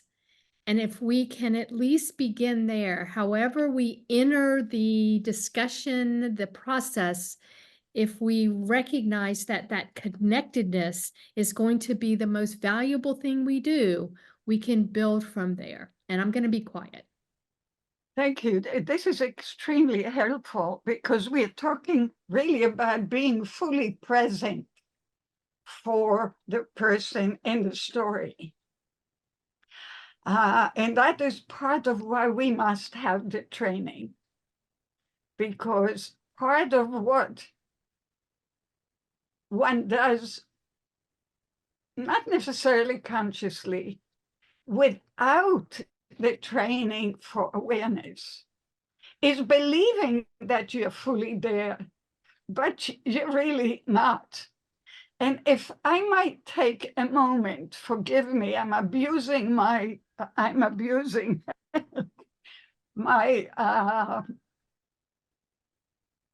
Prerogative. my moderator. Yeah, sure. But really, this is research. And Irina, would you help me putting it up, please? Or Robbie, please put up what I wanted to. This is a result of research I have done many years ago that actually led me to what I to the field, because part of what I was hearing from all survivors is that nobody would listen to us and nobody would understand unless they went through the same experience. So I was an idealistic graduate student at the time, and I said, my God, I must change my dissertation to study how come people who are supposed to listen do not listen. So I want just 3 slides to share with you. Please go to the next. And I studied, no, go back for 1 second. So I studied and found the elements of the conspiracy of silence, or what my colleague Jack Lindy called failed empathy. after trauma. And here are the themes. I found 49 ways to not listen to people. And this is from graduate people with degrees and with full training. So let's go to the next. And my thinking was this, where a society has a moral obligation to share its members' pain, psychotherapists and researchers of all related professions, including lawyers, of course, have in addition a professional contractual obligation, right? When we fail to listen, explore, understand, and help, we inflict what Reparative, who is a survivor of the Holocaust, called the trauma after the trauma, or quotes the second injury to victims that Simmons wrote about, by maintaining and perpetuating the conspiracy of silence. And I will show you, go to next, okay, just very quickly, the map of silence. Okay, now we will have a special webinar on this. Okay, so not to worry. I just wanted to give you the sense of here we are, brilliant people in our fields, but we too sometimes fail to hear. Okay, because we have our own history, as Robin stated, and we have our own needs to defend against evil. So just take a quick look very quickly in order of frequency. That means one is the most frequent. Some of the major categories of, I called it countertransference phenomena. I will explain that in the training. So one, the most frequent were various modes of defense against listening to Holocaust experience. But it was done with others and against therapists' inability to contain their emotional reactions. So it's not only what you do, it's because you're unable to take it in. It's too much, right? The emotion. So, for example, numbing, denial, avoidance, distancing, clinging to professional role, right? I'm the lawyer, you're the client. Or I'm the doctor, you're the patient. A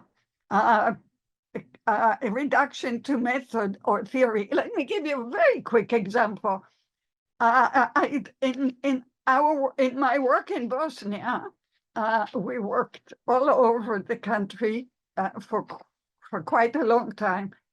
And when we went together to Germany, where many refugees were finding a place of safety, but the hearing by the doctors were done in a military hospital, and they were all wearing their white coats, and they scared the hell out of the refugees. So all I asked was, do it elsewhere, just not in the military, under military, and not in a white coat. It was so simple. You mentioned the comfort of dogs. I cannot have a dog because many of my patients were exposed to dogs, finding them in hiding and disclosing them.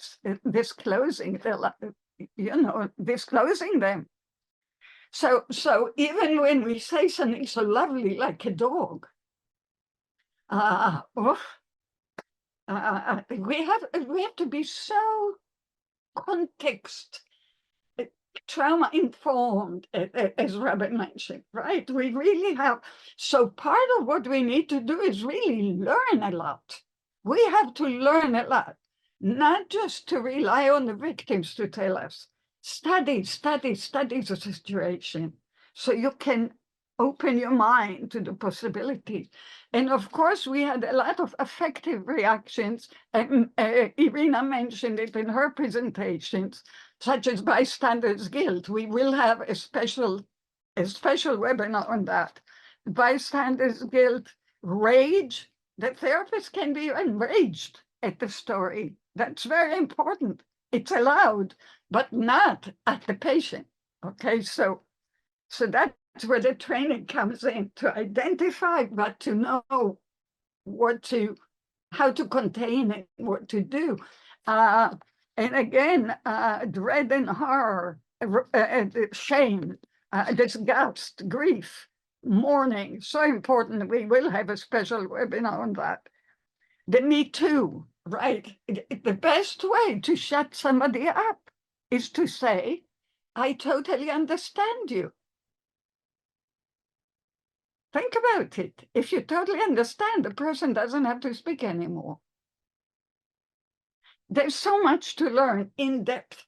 And of course, the sense of bond, which is, again, totally understandable. But in the study, we discovered that can have problems too. And to feel privileged, like I'm privileged to this horror. So then you ask too many questions when the person doesn't need intuition, for example. There's so much to learn. And of course, specific relational context issue, such as how do you feel about parents? How do you feel about children in relation to parents? Or what I call victim liberator, viewing the survivor as hero. So if the survivor is a hero, you don't think of them as vulnerable. It's a problem, etc., etc. So there is, thank you, you can close that. I wanted to share that because I think we should share all of that as possibilities for not only self-healing, but being compassionate to ourselves. We're not perfect. We are very well trained. We are not perfect. I think, Irina, did you put in my principles of self-help in the chat? It's also on our website. But so I wanted to make sure, Veronica, before the opening, that you know that we know that. Marina, I was wondering what are your experiences of the panel? What would you like to add? And please unmute.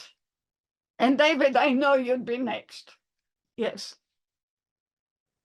What I want to add now, it's the same that we talk from day to day. For us, it's not a sprint, it's a marathon. It's a very long distance way for our victory and for the justice to all survivors and victims. So we will need all possible support and commitment in this process. And thank you from time to time for all of you done for us. We're not finished yet. The audience has some stuff to say. Wait. Marina, do you want to add anything? I know it's been a I would like to add that this is a very important topic. The topic, when we can discuss the experience with the specialists of various levels and high level, and we can interact, because quite often the survivors are saying that we are actually traumatized several times when this incident took place, and then during the interviews when the specialists might be not very educated and not very well prepared. And I am very grateful to Veronica for the pool of the trained specialists. And this gives us hope, because not only the strong systems can actually help people to recover and help to heal. Thank you. yes. David, please, unmute. Thank you. Again, my thanks to all the presenters. I've learned from everyone, and I think the important thing is that we do continue to learn together. I believe as prosecutors, your commitment to ultimate victory is noble. There will be defeats along the way and frustrations, and I think if we work together, we can.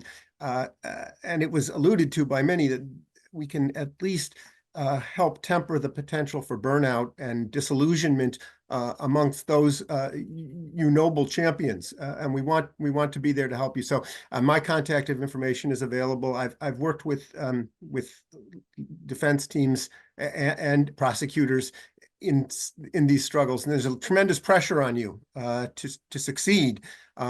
And I want to be available to help. So I just close with that.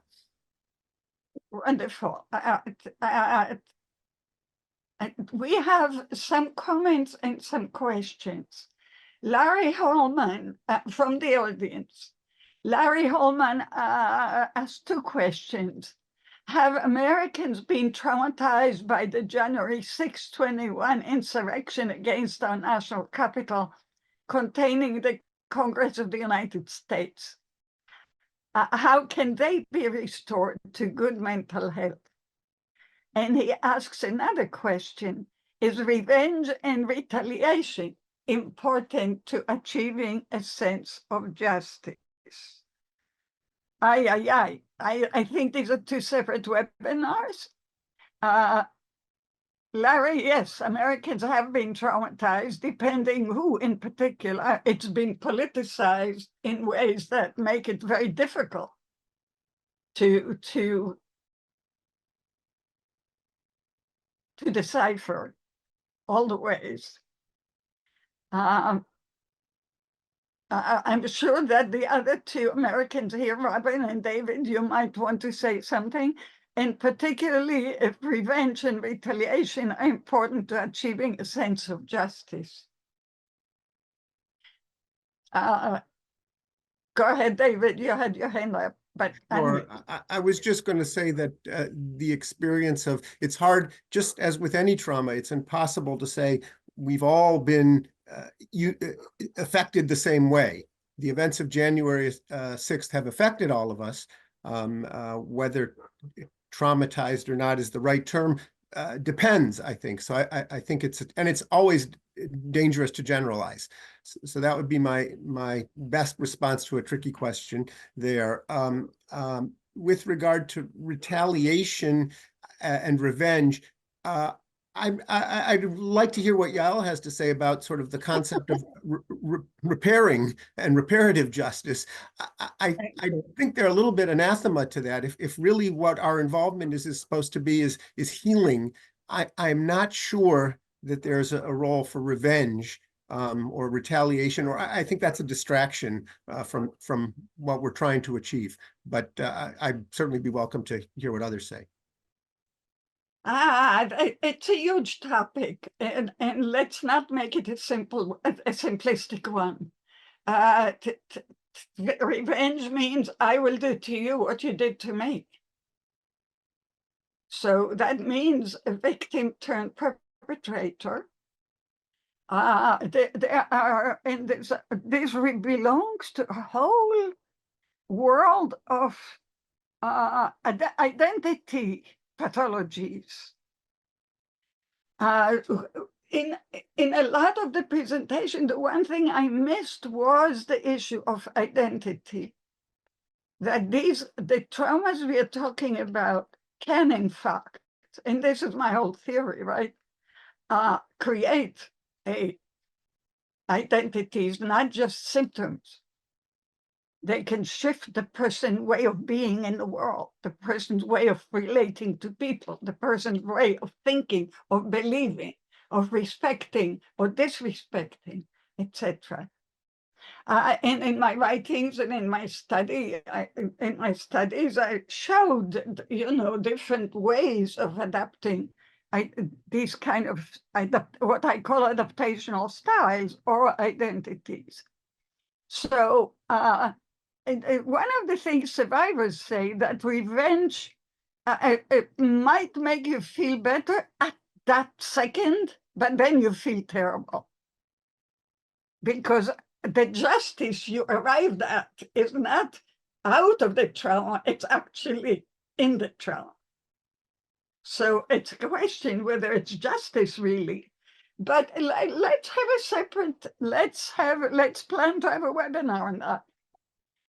And I'm sure lawyers will have a lot to say about revenge and justice. So let's do that. Edna, thank you for asking, reminding Robin to talk about abducted children. Definitely wanting to go there. I hear that. We're all very involved in it. Absolutely. I think that is emotionally as well as literally as well as day to day right now. Yes, I think that is happening, and this is an issue in so many conflicts. As Edna mentioned, we have ongoing hostages, including children that have been abducted in the Israeli-Hamas war. It is, I wish I could say, here's the roadmap for abducted children, but we don't have a roadmap. What we know is that for children or for adults as well who have been abducted, there is something that is happening during their taking that can create obviously trauma, and they may handle it in many different ways. But then as they're returned, yes, everybody's happy, but that return to freedom is not as easy as, okay, now we're back, everything can go forward. Because for children in particular, there are those trauma responses that often come. What happened to my world? That those feelings of shock and numbness and anxieties and fears are, well, it's true for adults too. I won't say it's just children, but you also may see withdrawal. Even though they're back to people that they cared about, that relationship is different.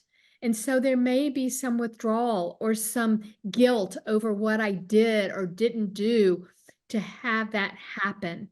And so I think we see that. I think, we have heard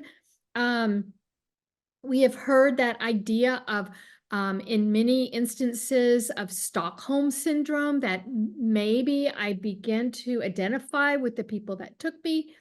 Other times there's a new, well, it's not so new, but it's really being looked at again from Sweden, a resignation syndrome of particularly for children, where they just absolutely withdraw because they feel a complete sense of abandonment and helplessness, that there's nothing I can do.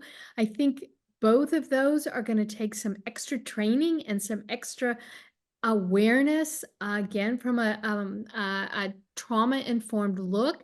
How do we relate to children? And it gets back to that safe, secure environment in which they are returning to. How do we create that for them? And that's everything from when they are giving witness or offering testimony to offering them different ways to express themselves, whether it's through writing, whether it's through art, whether it's through music. There are so many things that abduction is just the first beginning, right? Yeah, it's that beginning. And that's a brand new chapter that's written into that child or adult's history. And now it's what happened during that abduction. But to assume that just because they're released, everything is happy, joy, it is very unrealistic. And if we are expecting smiles from children, look, here's games and presents and things, I think we're missing the boat of what they really need. And so It's a complex issue, and unfortunately for many in Ukraine, many of those children, that's what's happened. It's happened there. It's happening in Gaza. It's happening with children who were separated at the southern border in the United States and kept in locked cages. To me, that's the similar kinds of things. So how do we do that? I wish there were a here's how we do it, but I think it's I would love that to be a topic of one of your webinars. We will have we have How do we best support abducted individuals and hostages? Exactly, because we have abducted elderly people and women who are being raped during the abduction, and children who are with their parents or someone they know, and children who were split from that or Yes. lost their parents. Absolutely.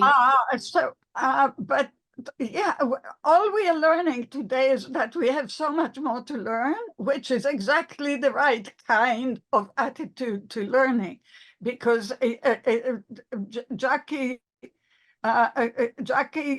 your comments are so well taken. Jackie reminded us in the chat that you know about the suicide as one of the consequences in the military and otherwise. Maybe we should talk about that too in the future.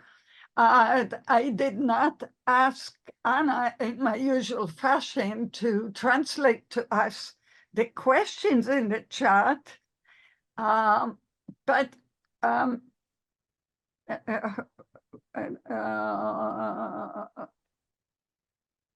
there is I can help with that, Yael, if you want. I just can summarize the questions in Ukraine. I'm afraid we have 3 more minutes. So if you can sort of put it together, but in a way, would you please put it together as a suggestion for future webinars, rather than as a question for now? Because I think each one of these questions it really deserves a webinar. And this is a series that we are doing. So it's not the last time we are discussing it by any means. So go ahead. Is it Anna or Natalia? Can you allow me to do that so I can summarize those? Please, Irina, you do that. Yeah, I think the majority of questions were addressed by speakers, by Veronica or Marina. There was a set of questions, and I would support this topic very much, is like when we question children, so when the children are in the process of interview, is it acceptable to use specially trained psychologists to interview a child? Or what other, what is the training for investigators to run an interview with traumatized child? And from myself, I would add as well, how would you address the issue of children with disability, including physical disability and cognitive disability? And Robin just mentioned briefly that it definitely affects the way how the child process the trauma. And I think one of the important questions was, how would you use art? And I think with those children, this is one of the limited options that you can basically use. So I think that's the summary. Yeah, you can see in Israel now, when the hostage children some of them were returned, the hospitals arranged for them to feel at home in very particular ways that included art, that included their pets. There's a lot more to learn. Dina Djukovic, who is a member of our board, is mentioning that Croatia had a special conglomerate of ways to help support victims victims in giving testimony. Dean, would you please send it to us for the website? Let me just share with you right now that we will continue our next webinar in this series. Will be at the beginning of February when we figure out how many people are available at the same day, probably the first or second Monday. Before that, we do have a webinar planned by our working group on nuclear issues, on humanity's generations in nuclear times. That will take place on 25 January at 6 o'clock, and you will all receive the flyer immediately after this webinar.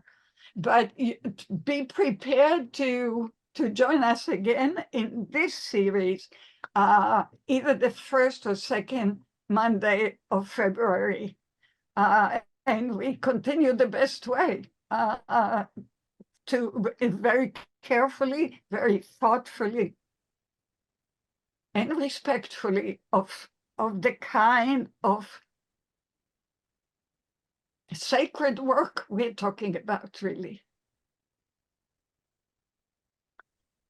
So we continue. Thank you so much. Thank you, Yael. Thank you. Thank you, and God Have bless a you. safe evening.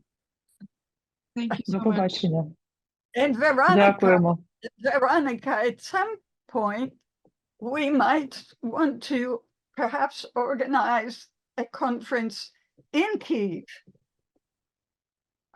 You know, and I think that would, that would be, and speak to all the local resources, right?